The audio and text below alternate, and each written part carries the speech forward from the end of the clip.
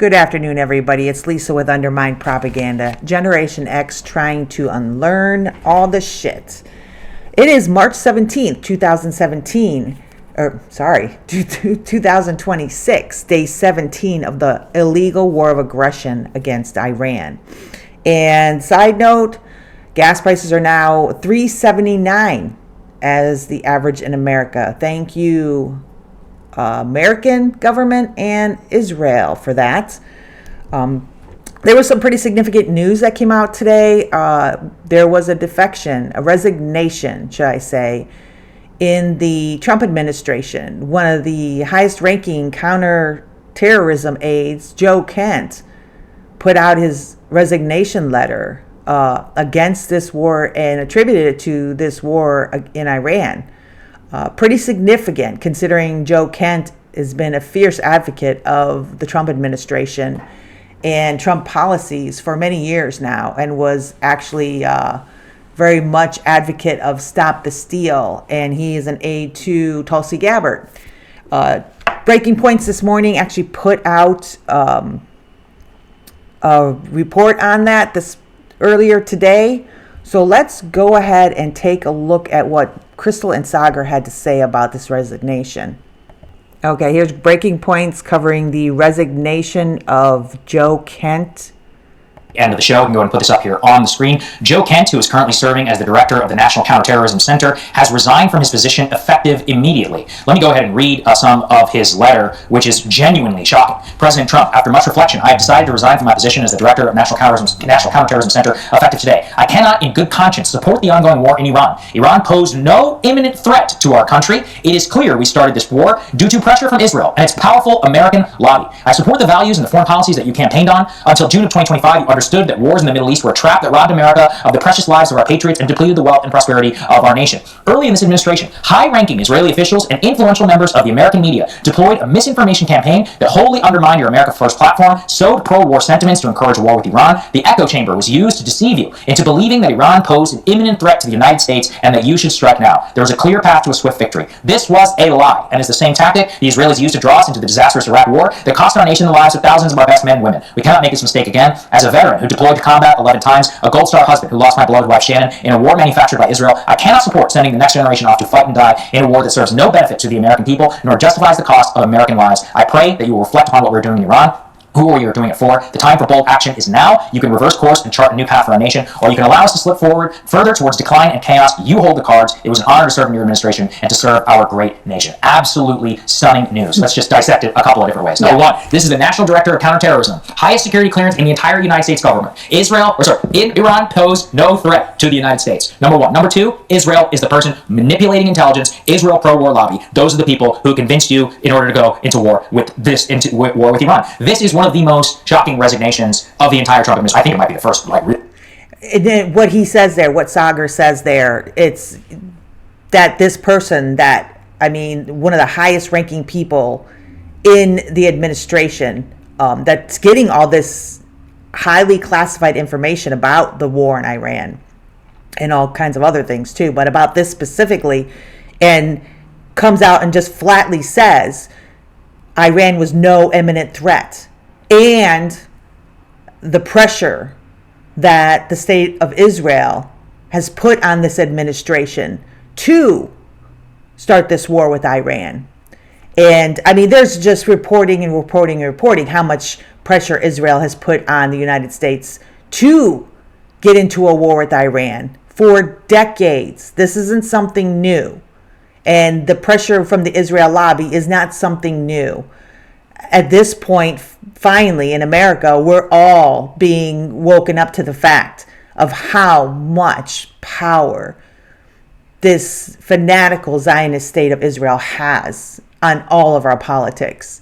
So it's incredibly interesting and telling that this gentleman, who's such a fierce supporter of Trump, comes out and just flatly says what so many of us have been thinking anyway. Let's listen to a little more here. real big one, Yeah. of somebody who was aligned with the America First movement. And let's consider the consequences here. They are going to try and destroy this man. I guarantee you, they will try to indict him. They're going to say he breached his. They're going to say he breached his security clearance by sharing information. He was never a real patriot. He was somebody, he was mad or a snake, something like that. Anti-Semite. The full stop of the pro-war machine and the U.S. government are going to destroy this man. Just watch and wait. And especially if he starts going on the podcast circuit and talking, do not forget, that this is somebody who deployed to combat multiple times, special operations background, Gold Star husband. Doesn't matter.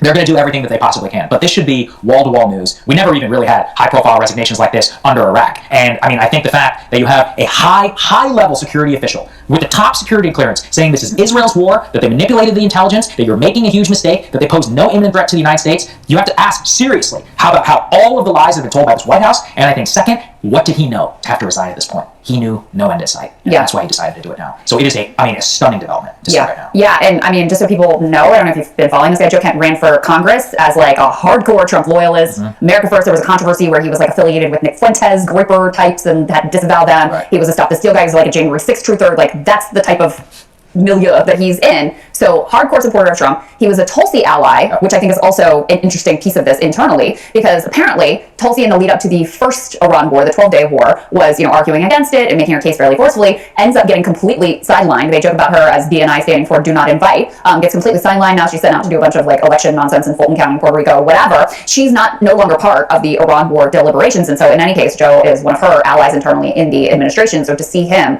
resign in this very critical and public fashion, it's hugely noteworthy. And Sagar, I'd be, interested to get your perspective on, the historic comparisons to Vietnam, sort of similarly timed concerns about wars in the past and how this stacks up against them. I will say, similar to the Tucker Carlson line about, it's all Israel's fault and Trump, you're getting tricked and blah, blah, blah. I have little patience for this argument that the President of the United States, who can staff his administration however he wants, can listen to whoever he wants. He can listen to Lindsey Graham, or he can listen to Joe Kent, or, he can listen to Tucker Carlson, or he can listen to Ted Cruz. Like, he gets to choose what direction he wants to go in. I really chafe at the notion that he's just being tricked and manipulated, and he's, it's really not his fault. It's all the Israelis. Yes, the Israelis wanted this war. There's absolutely no doubt about that. The Israelis have wanted this war for 40 years, and every president up until now has said, including Trump, has said no to engaging in this aggressive hot war against Iran. So that is the one piece that just, when I see it framed in the way that he frames it, it really, I just chafe against that. I understand your. And Crystal makes a good point there, and I 100% agree with her. The fact of the matter is that Trump is the president of the United States, and Trump can say no, and Trump can change the direction of this. Donald Trump is not going to do anything, unless it benefits him directly. And he is so high in his own supply. He's in the last couple of days been talking about taking over Cuba. So he loves the notion of all this power. And Israel knows how to feed into his maniacal ego to get him to do what they want. But it's his maniacal ego and self-interest that would allow them to be able to do that to him. Now, all that being said, and the significance of this resignation, I think it's a good reminder. There's just been so many war crimes and horrific things that have happened over decades, but specifically over the last couple years, by our partner in crime, Israel, and us for that matter. But let's look at who we sell out America to. Let's take a look at just a couple stories from the last couple days.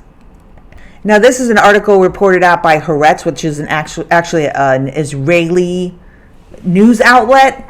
And to set the stage here, this is an IDF soldier explaining an interaction with a commander, somebody superior to him, so higher up person in the Israeli Defense Forces, and what happened out in the field in Palestine and how they treated and interacted with a Palestinian child. Quote, a new commander came to us. We went out with him on the first patrol at 6 a.m. He stops. There's not a soul on the streets, just a little 4-year-old boy playing in the sand in his yard. The commander suddenly starts running, grabs the boy, and breaks his arm at the elbow and his leg here. Stepped on his stomach 3 times and left. We all stood there with our mouths open, looking at him in shock. I asked the commander, what's your story? He told me, these kids need to be killed from the day they are born. When a commander does that, it becomes legit. In other words, there's the higher ups set the standard for the genocidal treatment and inhumane treatment of Palestinians all across Gaza and the West Bank for that matter, and Iran, and people in Lebanon, and anybody that's not a Zionist, actually. But this is an example right here of the people we are partnering with. And here's another example that's especially horrific. Now, these are testimonies from Palestinian prisoners who were imprisoned at the notorious Side Tineman detention camp. Now, this is a testimony from June 2024. Trigger warning. In June 2024, a Palestinian prisoner released from the Side Tineman detention camp gave testimony that prisoners were, and I'm not going to say the word just because of YouTube, but were sexually assaulted by dogs. By dogs.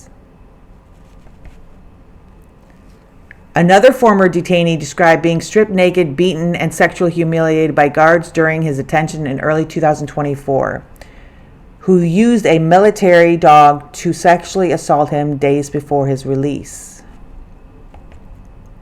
In November 2024, Mohammed Arab and Al Arabi TV correspondent detained in Ophir prison after being transferred from Side Tineman detailed instances of sexual torture committed by Israeli guards, including prisoners being sexually assaulted by dogs, hit on their genitals with electrical batons. In another instance, a prisoner was sexually assaulted with the fire nozzle of a fire extinguisher, with guards emptying it inside him until he lost consciousness. These are things that, in our darkest part of our minds, you can't even wrap your psyche around it. This is stuff that goes on a continual basis. You'll see the reporting on independent journalists or independent outlets. You will not see stories like this if you watch CNN. You will not see stories like this if you watch Fox. But this is what Zionism is. This is what Zionism does. This is our partner. This is who we're fighting a war against. We're fighting a war against a country, not because they were an imminent threat to America, as Joe Kent outlines in his resignation letter today, but rather because, one, they interrupt Israel's ability to continue their genocidal, imperialistic actions throughout the Middle East. They are the one country that did and does what it can to try and help Palestinians against this genocidal regime. That's one of the main reasons right now. And when you see stuff like that, gas at $3.79 is a minor thing. But to all of us struggling here in America, it still matters. And we're paying that much money per gallon for gas right now, in part, in perhaps larger part than any of us even realize, than even I realize. So Israel can continue doing this. Israel can continue slaughtering. Right now, they're slaughtering people in Lebanon at the same time that they're bombing Iran. And they're continuing the genocide was supposed to be, where there was supposed to be a ceasefire. They're continuing that. That has not stopped. The reporting has stopped on mainstream media, but it has not stopped. And again, the people to follow on this, Drop Site News does excellent especially foreign policy reporting and foreign events reporting. Excellent journalism. So if you're following them, you can see that this stuff is all still going on. And Breaking Points too, right there. Shout out to Breaking Points, who always, they have no corporate sponsors. They don't answer to anybody. They don't answer to the Israel lobby like all the mainstream media does.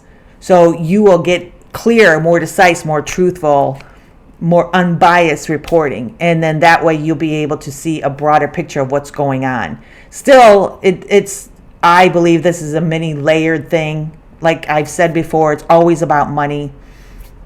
It's always about power. It's always to enrich the defense contractors and the people that own the stocks of these companies. It's resources. It's always about the more resources America can get. But there's this big, huge part that Israel is playing, and how big it is I don't think most of us even know. But there is such a huge element to Israel in this. And this resignation today by a high-ranking Trump official and Trump supporter for years is definitely indicative of the fact that Israel has a lot more to do with this war than anybody wants to admit. So I hope the voices keep coming out against this in those powerful positions. Maybe his will be the only one.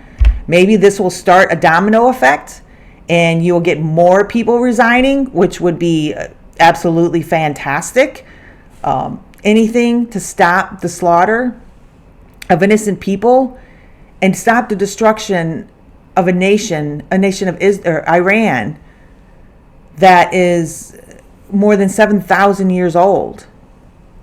The destruction in Gaza is absolutely horrific and a stain that we will never, ever be able to get past, and continues to happen. So let's hope more voices keep coming out. Let's hope more people keep fighting back, because there's a lot more to this story, I think, like I said, than any of us realize. So keep fighting the good fight. I hope everybody finds some peace in their day. Thank you so much for watching. I will put a link to that Breaking Points video in the comments. And if you found anything useful, please subscribe. Thanks, everybody.